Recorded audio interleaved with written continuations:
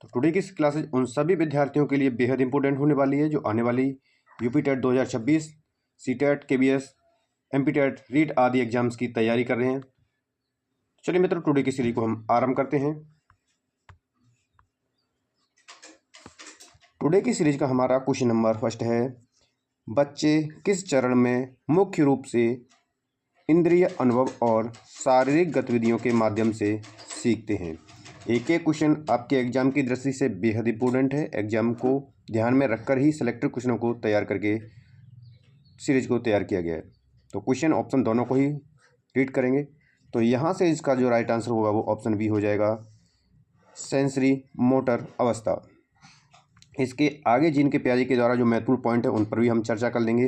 तो जीन पियाजे के द्वारा संज्ञानात्मक विकास का सिद्धांत दिया गया था और इनकी 4 अवस्थाओं में इनको विभाजित किया गया था, जिसमें संवेदीय पेशी अवस्था, सेंसरी मोटर यानी कि जन्म से लेकर के 2 वर्ष तक के लिए अवधि इसकी, पूर्व संक्रियात्मक अवस्था प्री ऑपरेशनल 2 से लेकर के 7 वर्ष की अवधि है इसकी, और तीसरी है मूर्त संक्रियात्मक अवस्था यानी कॉन्क्रीट ऑपरेशनल जो 7 से 12 वर्ष के लिए इसकी अवधि है, और फोर्थ है आपकी अमूर्त संक्रियात्मक अवस्था फॉर्मल ऑपरेशन जिसकी 12 से 15 वर्ष की अवधि होती है।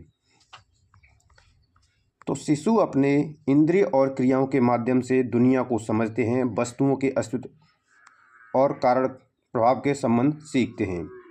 चीज़ों को ध्यान से समझते हुए चलेंगे। क्वेश्चन नंबर नेक्स्ट है, एरिक्सन के पहले मनोसामाजिक चरण का केंद्र क्या है। तो यहाँ से इसका जो राइट आंसर हो जाएगा वो ऑप्शन बी हो जाएगा, विश्वास बनाम अविश्वास।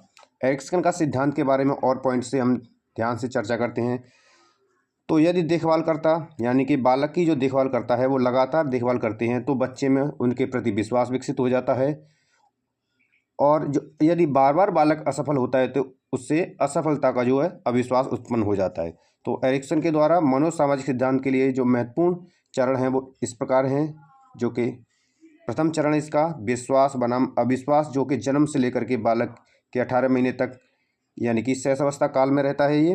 दूसरा चरण है स्वास्थ्य बनाम शर्म और संदेह जो कि 18 महीने से 3 वर्ष तक की अवधि है इसकी, और ये शिशुवस्था के वर्ष के ही माना जाता है। तीसरा चरण है आपका पहला बनाम अपराध बोध, प्री स्कूल से 3 से 5 वर्ष की आयु में अवधि है इसकी। चौथा चरण है आपका उद्योग बनाम हीनता, 6वीं से 11वीं कक्षा के माध्यमिक विद्यालयों के बालक इसके अंतर्गत आते हैं। और 5वां चरण है पहचान बनाम भ्रम जो कि 12 से 18 वर्ष की आयु के बालक इसके अंतर्गत आते हैं। और छठा है घनिष्ठता बनाम अलगाव जो कि 18 से 40 वर्ष की आयु के युवा इसमें शामिल होते हैं। 7वां चरण है आपका सृजनशीलता बनाम ठहराव जो कि मध्य आयु 40 से 65 वर्ष की इसकी अवधि होती है, इसको लेकर भी क्वेश्चन बनते हैं। और 8वां एवं अंतिम चरण है अखंडता बनाम निराशा जो कि 65 की आयु वर्ष से मृत्यु तक यानी कि वृद्धावस्था तक रहता है। तो इससे प्रत्येक पॉइंट आपका क्लियर हो जाएंगे। क्वेश्चन नंबर नेक्स्ट है, किस चरण में बच्चे इनाम और सजा के आधार पर नैतिक निर्णय लेते हैं। At what stage do children make moral decisions based on reward and punishment. दोनों ही लैंग्वेज में क्वेश्चन को तैयार किया गया है। तो यहाँ से इसका जो राइट आंसर है वो आपका है ऑप्शन ए, प्री कन्वर्सल स्टेज यानी कि पूर्व पारंपरिक अवस्था। इनके चरणों को ध्यान से समझते हैं। तो नैतिक विकास की जो अवस्था है कोलवर के द्वारा किया गया है। पहला है आपका पूर्व परंपरागत स्टेज, दूसरा है परंपरागत रूढ़िगत स्टेज, और तीसरा है पश्च परंपरागत स्टेज। बच्चे नियमों का पालन केवल सजा से बचने या इनाम पाने के लिए करते हैं जो कि आपका प्री कन्वर्सन स्टेज के अंतर्गत आता है। क्वेश्चन नंबर नेक्स्ट है, ZPD का क्या अर्थ है। यहाँ से इसका जो राइट आंसर है वो ऑप्शन बी हो जाएगा, पहुंच से परे क्षमताएं। ZPD को लेकर के और महत्वपूर्ण बिंदुओं पर इस पर चर्चा करते हैं। तो ZPD उस अंतर को दर्शाता है जो कि बच्चा अकेले क्या कर सकता है और मार्गदर्शन से क्या सीख सकता है। स्वयं खुद क्या कर सकता है, जब उसको मार्गदर्शन यानी कि सपोर्ट मिलता है तो क्या कर सकता है। तो वाइगोस्की के द्वारा जो आधारभूत स्तंभ थे वो 3 सुझाए गए इनके द्वारा, जिसमें आपका है MKO, मोर नॉलेज अदर। यह वह व्यक्ति होता है जिसके पास छात्र से अधिक ज्ञान होता है और जिसके अंतर्गत वह टीचर भी आ सकता है, कोई अन्य जानकार भी आ सकता है, या भाई बहन या कंप्यूटर आदि हो सकते हैं। तो कई बार प्रश्न बनता है MKO के अंतर्गत आते हैं। सेकंड है ZPD, zone of proximal development. यह सीखने का वह सबसे अच्छा क्षेत्र होता है।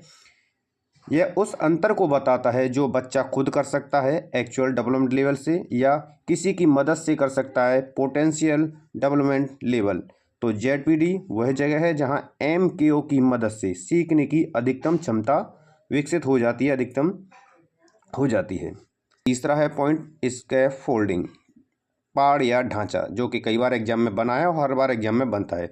तो यह MKO द्वारा ZPD में दी जाने वाली अस्थाई मदद है। तो यह संकेत देना, इशारा करना या शुरू में थोड़ी सी सहायता देना हो सकता है, जिसके बाद में हटा लिया जाए, यानी कि थोड़ी सी सपोर्ट दी जाए और हटा लिया जाए। एग्जाम्पल से आप समझ सकते हैं कि गणित का एक कठिन सवाल हल करने के लिए टीचर द्वारा पहले से 2 स्टेप बता दीजिए, बाकी को वाले के ऊपर। क्वेश्चन नंबर नेक्स्ट है, निम्न में से कौन सा खेल का मुख्य लाभ नहीं है? प्रश्न को ध्यान से रीड करेंगे। तो यहाँ से इसका जो राइट आंसर है वो है आपका ऑप्शन सी, जन्म के समय सैद्धांतिक तर्क विकसित कर सकता है, जो कि इसके अंतर्गत नहीं आता है। इस पर भी पॉइंट पे बात करते हैं। तो खेल बच्चों के सामाजिक, समज्ञानात्मक और शारीरिक विकास में मदद करते हैं, जबकि सैद्धांतिक तर्क बाद में विकसित होते हैं। ये चीज़ों को ध्यान रखना है। क्वेश्चन नंबर नेक्स्ट है, बच्चे आमतौर पर किस उम्र में शब्द जोड़ना शुरू करते हैं? तो यहाँ से इसका जो राइट आंसर हो जाएगा वो ऑप्शन सी है, 18 से 24 माह के जो बालक हैं आमतौर पर शब्द जोड़ना शुरू कर देते हैं। क्वेश्चन नंबर नेक्स्ट है, कौन सी बुद्धिमत्ता स्वयं को समझने से संबंधित है? Which intelligence is related to understanding one self? तो यहाँ से इसका राइट आंसर रहेगा ऑप्शन सी, आंतरिक बुद्धि। तो आंतरिक बुद्धि या बुद्धिमत्ता अपनी भावना और प्रेरणा को समझने में की क्षमता है।